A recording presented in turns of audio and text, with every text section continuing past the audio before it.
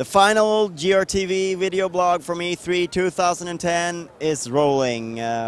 We've had a busy week, and we'd like to give you some closing thoughts, some closing, a bit like what we thought were best and what we didn't like as much, and just talk things through a little bit. So what was the biggest game for you at E3 this year? I'm completely messed up right now. We've been walking for so many days straight. Hadn't had anything to eat.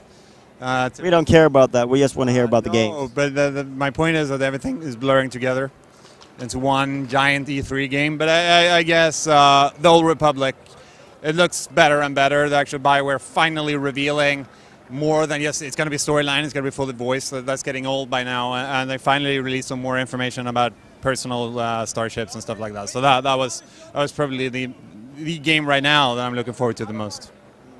How about you?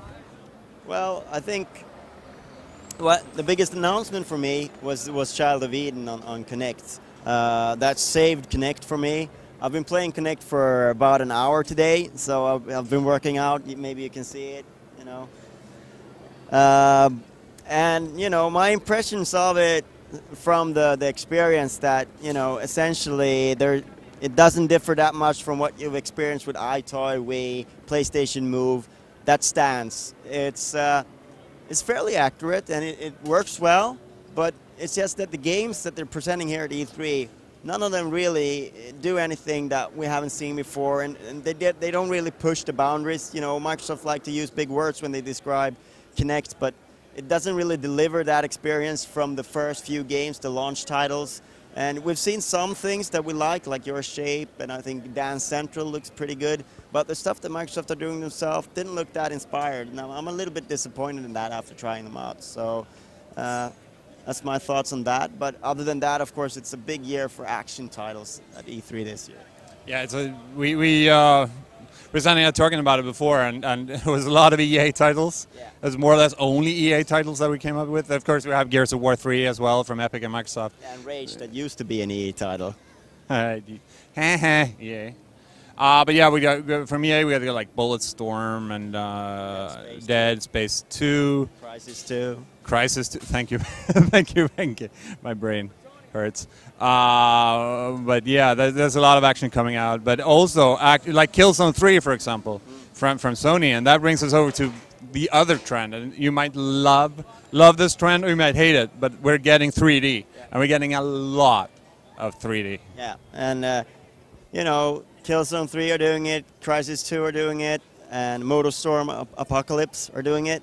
But really, the ones that have nailed it at this show and really shown us the way of the future are Nintendo with Nintendo 3DS. Really, the breakout star of E3, I think. The way it works and how well it works was really impressive to see with my own eyes. And I think that Nintendo has something there, something that's going to wow people. I'm not sure how much it will affect the games in the gameplay. We haven't seen that. We haven't really. I don't know about that yet, but it's certainly from a technological standpoint, it works well enough. So, any ideas of a sleeper hit or something that, you know, everyone might not have seen from E3 coverage before that you think is interesting? I was thinking about that before, but nothing really stands out in that sense. Most of the stuff that I've been looking at is looking good, but I think that one of the more perhaps that people will overlook is even though Warner is pushing for it, is War in the North, Lord of the Rings, which is one of those games I'm also looking forward to a lot to try out. 3-player co-op, like a dungeon crawler, kind of like their old Dark Alliance games and stuff like that. So that's what I'm looking forward to trying, and well, don't miss out on the upcoming coverage of that because that looks good. Yeah, I've got a sleeper of my own. We talked about this being the year of the action titles, and there really are a lot of action titles on floor, and some of the lesser names don't get recognized as much. And I was away to see a game called Spec Ops: The Line. That looks very interesting. What they're doing with a squad-based military shooter in a sort of in a setting in Dubai where sandstorms have ravaged the city, and and a storyline that you know, is close to Heart of Darkness, Joseph Conrad, that adheres a lot to that, and it's very different from what you'd expect from a military shooter in that sense, and they're doing a lot of interesting things with that. So that's one game that you might want to keep an eye on. But this is it for us, and we hope you enjoyed the coverage, and we're going to bring out a lot of interviews and stuff from E3 over the next month or so, and I hope you enjoy all the coverage on GRTV.